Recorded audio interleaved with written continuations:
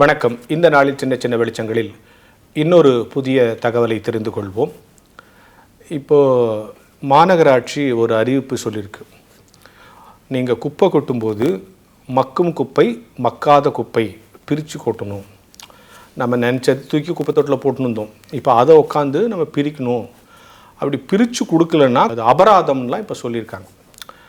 ஏன்னா சில குப்பைகளை போட்டால் அது மண்ணோட மண்ணாகி உரமாயிடுது.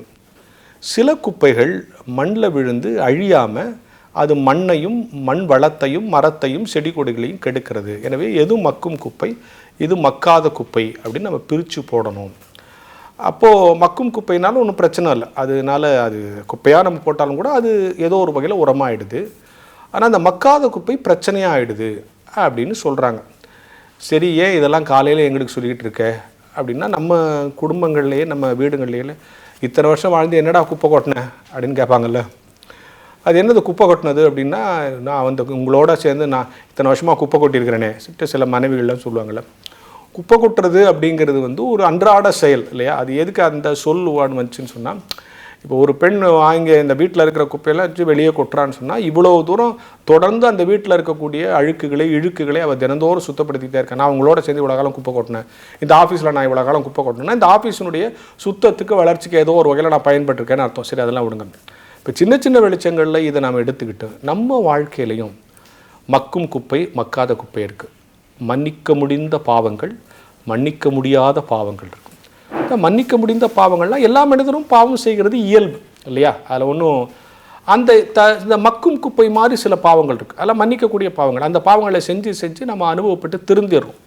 அதில் தான் களவும் கற்று மறைன்னுவாங்க. சில விஷயங்களை செஞ்ச பிறகு தான் அது தப்பு, அதனுடைய பாதிப்பு, பக்க விளைவுகள், தாக்கம் அதெல்லாம் நமக்கு தெரியுது. ஆனால் சில பாவங்கள் மன்னிக்க முடியாத பாவங்கள்.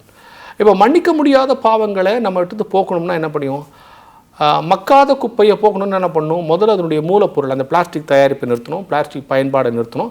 அப்போ தான் மக்காத குப்பை வர்றது குறையும். அதுபோல் மன்னிக்க முடியாத பாவங்கள் செய்ய வேண்டும் என்று சொன்னால் அந்த பாவங்களுக்கு காரணமாக இருக்கிற விஷயங்களை கண்டு களைந்தெறிய வேண்டும் அப்படிங்கிற சிந்தனையை நம்ம அதில் தெரிஞ்சுக்கணும். அப்போது மக்கும் குப்பை மக்காத குப்பை போடும்போதெல்லாம் கடவுளை என்கிட்டையும் மன்னிக்கக்கூடிய பாவங்களும் மன்னிக்க முடியாத பாவங்களும் இருக்குது. அப்போது மன்னிக்க முடிந்த பாவங்களை மீண்டும் மீண்டும் நாம் செய்யாமலும் மன்னிக்க முடியாத பாவங்களை செய்யாமல் இருக்கவும் எனக்கு நீர் கிருபை தாரும் சுவாமி அப்படின்னு ஒவ்வொரு நாள் குப்பை கொட்டும் போதாவது நம்ம ஜெபம் பண்ணணும்.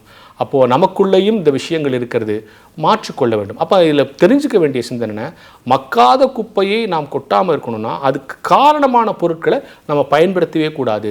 மன்னிக்க முடியாத பாவங்கள் நம்ம விட்டு போகணும்னா அதுக்கு காரணமான விஷயங்களை விட்டு நம்ம விலகணும். அதை விட்டு நம்ம விலகி இருக்கணும். விலகி இருந்தால் நம்மிடத்திலும் இருக்கக்கூடிய பாவ குப்பைகள் அகன்று போகும் என்கிற ஞான வெளிச்சத்தோடு இந்த நாளை தொடங்குவோம்.